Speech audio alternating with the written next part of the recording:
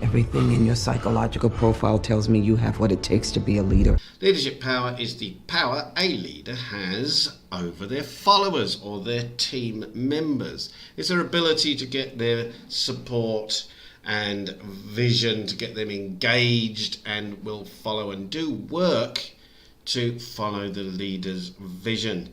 Follow me, come on. Or the requirements that they're asking of them as a team member. So it's their ability to influence others, and it is absolutely essential that any leader can manage this for their success. Yes, you're a great help to us. You're a natural leader.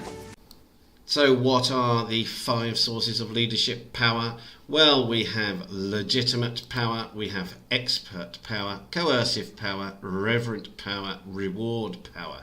You may see those listed in slightly different ways or slightly longer in some cases, but these are the 5 main sources of power any leader has, and we will explain each one of those to you next. This is what they mean.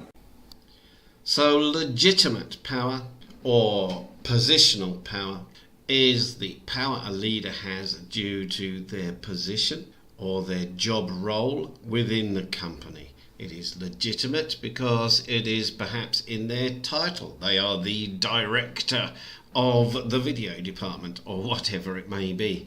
So it is legitimate because it is recognized and it's their position in the company. They may have rights because of their position to delegate tasks to teams and team members, and also to review performance, set goals and targets. It's because of their position and their title. So this type of power often comes from their position in the company or just their job description, and from that or some sort of hierarchical flow chart that shows their position over others. But just because someone has the job description and title to be respected, they must also have the experience, expertise and qualifications then that job requires. Otherwise, they're simply not going to have the power needed to motivate and get the job done.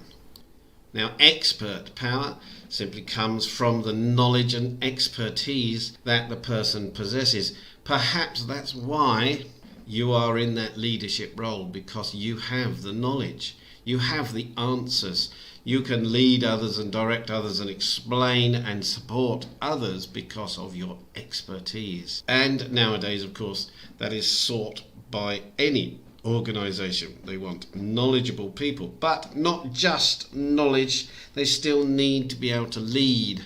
So if you keep all that knowledge to yourself, I'm not telling you anything. you might have expertise and power over others because you can do things they can't, but if you are unable to share it, if you are unable to work with others, then of course you won't be much of a good leader. So along with this expert power, we still need leadership skills. But for that to happen, I need you to be a leader, team player. Coercive power is the power that you have over others to force people to do something. And it's not such a good thing. It might be a last resort, often used to threaten somebody. You'll do it or you're out of the gang, Justice. If they keep missing deadlines, then you will have to consider their position in the company. Get out of here. You might have a reshuffle going on because you are not achieving the target set. So it may be used to enforce deadlines and punish employees who do not meet the expectations of the company. But again, it kind of should be avoided, really. You want people to follow you as a leader because they want to, not because they are in fear of perhaps having their salary docked or something else. I'm tired of being afraid all the time. So coercive powers should be limited to only extreme situations where you, the leader, are justified in expecting professionalism from followers, and maybe some are not achieving that. Now, if you do correctly use this power, it can help improve the performance of others because it sets the standards. They can see what is expected and they know that you will follow up if standards are slipping. But it should be limited use because it can damage morale. Now, reverent power, This comes from your personality and the relationship that you have with your team and others. This young man plays for my team. My team! So a leader with good charisma is able to gain a high level of respect from others. I must say, I respect your integrity.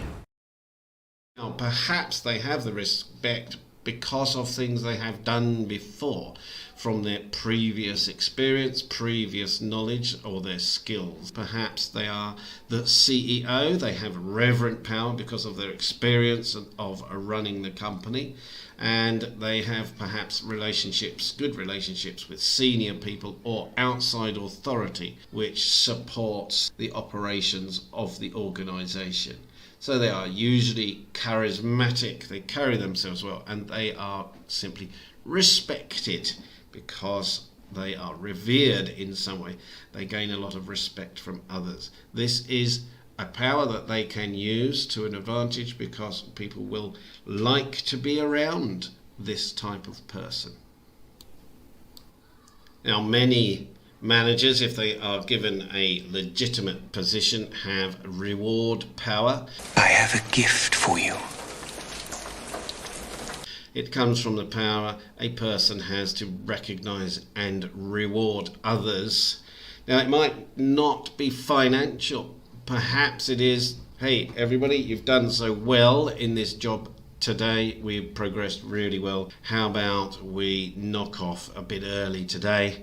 Because I'm really pleased with their progress. You have power to reward. Most people consider it as financial, but it is not. There are many different types of rewards that you can give as benefit. All right. I want you to close your eyes because I have a surprise for you. And it highlights good workers, but you have to be careful with reward power, that you don't show favoritism to one or two people or one team and not another, because that of course can create jealousy. Why not me? And will be negative towards company progress. Oh, so that's it. You're jealous. You're jealous. Avoid any favoritism, but rewards, of course, we all like rewards. Rewards will help motivate your teams, and it is a powerful tool that you have available.